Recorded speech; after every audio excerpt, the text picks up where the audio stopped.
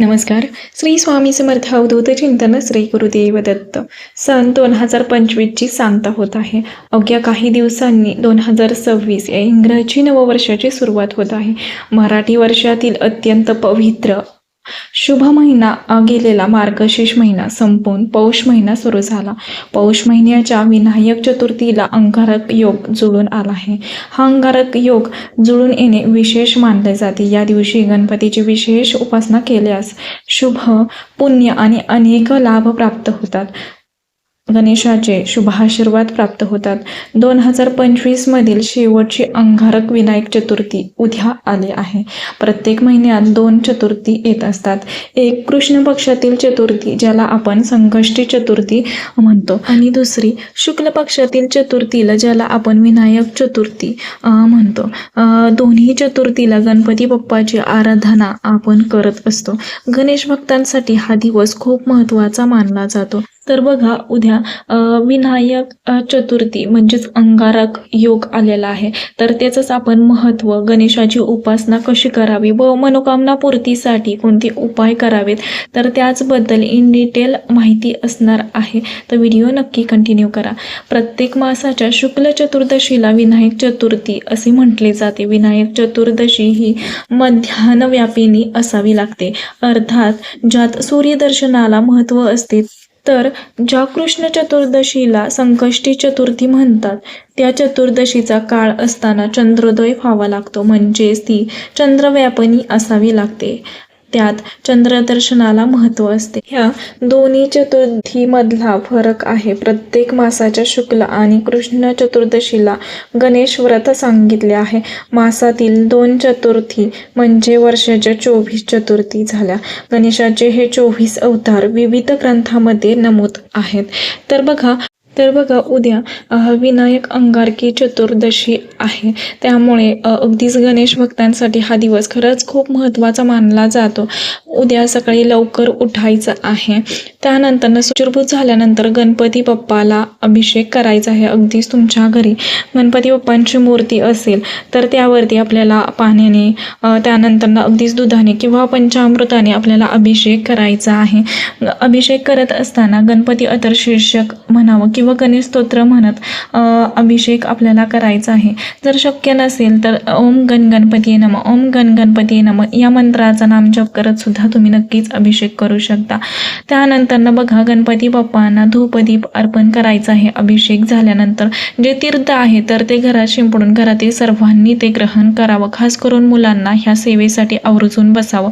गणपती बाप्पा हे बुद्धीचे देवता आहेत, त्यामुळे नक्कीच छोट्या मुलांना देखील आपल्याला अभिषेक करते वेळी नक्कीच बसवावं. त्यानंतर या दिवशी छोट्या मुलांकडून सेवा देखील गणपती बाप्पांची नक्कीच करून घ्यावी.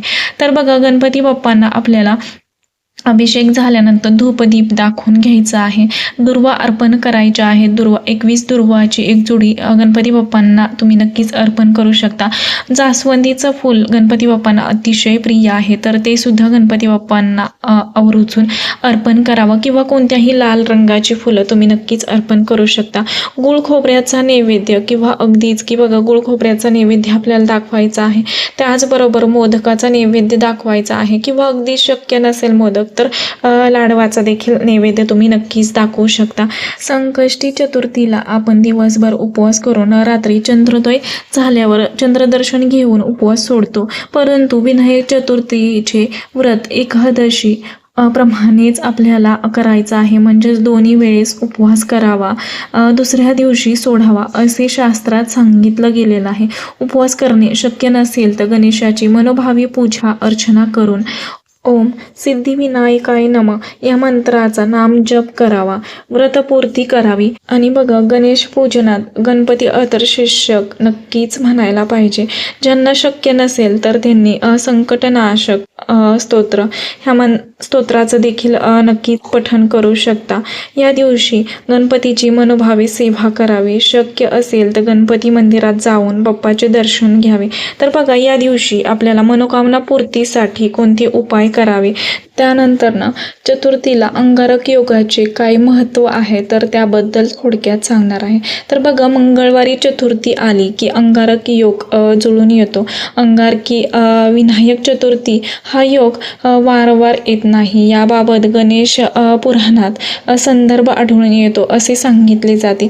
अंगारक म्हणजे मंगळ ग्रह. त्याने भारद्वाज ऋषीकडून गणेश मंत्र घेतला आणि गणरायाची उपासना केली.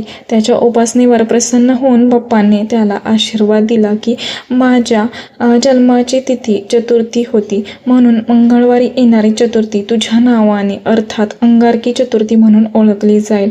अमंगळ समजल्या जाणाऱ्या मंगळ ग्रहाला ज्या वरद विनायकाने पावन केले त्या विनायकाने आपलाही उद्धार करावा या हेतूने अंगारकी चतुर्दशीचे व्रत केले जाते. तर बघा, या दिवशी तुम्ही नक्कीच आवर्जून म्हणजेच उद्या विनायक अंगारकी चतुर्थी आलेली आहे तर त्याचंच औचित्य साधून आपल्याला या दिवशी गणपती बाप्पांची मोठ्या प्रमाणात सेवा उपासना करायची आहे. ज्यांना व्रत करणं शक्य असेल, उपवास करणं शक्य असेल तर त्यांनी उपवास आवर्जून करावा, गणपती बाप्पाची सेवा करावी. या दिवशी सेवेला तेवढंच महत्त्व सांगितलं गेलेलं आहे. तर बघा, या दिवशी ज्यांना खरंच मनोकामना पूर्तीसाठी काय उपाय करायचे असतील तर त्यांनी मी जे काही उपाय तुम्हाला सांगत आहे तर ती या दिवशी आवर्जून करावे. तर बघा, या दिवशी आपल्याला चंद्रदेवाला दूध अर्पण करायचं आहे. अर्घ्य देताना व्रत करणाऱ्या व्यक्तीने डोळे मिटून श्री गणेशाय नमः या मंत्राचा जप करावा आणि सुख समृद्धीची कामना करावी. दुसरा उपाय आहे, गणेशाच्या पूजेच्या वेळी पती पत्नीने एकत्र बसून ओम वक्रतुंडाय नमः, ओम वक्रतुंडाय नमः या मंत्राचा जप केल्यास ते अत्यंत शुभ मानले जाते. त्यामुळे पती पत्नीने या दिवशी आवर्जून ही सेवा, हा उपाय करायला हवा. तर बघा, तिसरा उपाय आहे हिरवे मूग. गरिबांना या दिवशी हिरवे मूग दान करावे. गणपती मंदिरात जाऊन बघा, ज्यांना खरंच शक्य नसेल गरिबांना दान करणं तर त्यांनी गणपती मंदिरात जाऊन ते हिरवे मूग अर्पण करावे. त्यामुळे आपल्या जीवनात ज्या समस्या चालू असतील तर त्या मोठ्या प्रमाणात दूर व्हायला लागतात. तर बघा, चौथा उपाय आहे व्यवसायासंबंधित आणि पैशासंबंधित जर काही समस्या असेल तर त्यांनी हा उपाय आवर्जून करावा. गणपतीला गूळ आणि शुद्ध तूप अर्पण करावे, नंतर गाईला खाऊ घालावे. त्यामुळे पैसा संबंधातील किंवा व्यवसायासंबंधातील जे काही समस्या असतील तर ती मोठ्या प्रमाणात दूर व्हायला लागतात. पाचवा उपाय आहे कोणत्याही मनोकामना पूर्तीसाठी गणपती मंदिरात जावं. गुळाच्या 21 गोळ्या अर्पण कराव्या, त्यामुळे मनोकामना पूर्ती लवकर होते असं सांगितलं गेलेलं आहे. तर बघा, जे विवाहासाठी इच्छुक आहेत किंवा विवाह जमण्यासाठी खूप मोठ्या प्रमाणात अडचणी येत असतील तर त्यांनी हा उपाय करायचा आहे. तर बघा, उपाय असा आहे की या दिवशी म्हणजेच अगदीच विनायक चतुर्थी असू देत किंवा संकष्टी चतुर्थी असू देत, जे विवाहासाठी इच्छुक असतील तर त्यांनी हे व्रत करायचं आहे. म्हणजेच या दिवशी उपवास करायचा. त्याचबरोबर गणपती बाप्पांना आपल्याला दुर्वा देखील अर्पण करायचे आहेत. तर त्यामुळे विवाह जमण्यास मदत होते. विवाहामध्ये येणारे जे काही अडथळे असतील तर ते मोठ्या प्रमाणात दूर व्हायला लागतात. गणपती बाप्पांची कृपा आपल्यावरती होते. त्यामुळे हे सुद्धा उपाय तुम्ही नक्कीच आवर्जून करू शकता. तुम्हाला नक्कीच समजलं असेल. आतापुरतं एवढंच. झालेली सेवा मी महाराजांच्या रुजू करते. व्हिडिओ आवडला असेल तर नक्कीच लाईक करा, शेअर करा आणि चॅनेलवरती नवीन असेल तर असंच नवनवीन व्हिडिओ पाहण्यासाठी चॅनेलला सबस्क्राईब करा. धन्यवाद. श्री स्वामी समर्थ.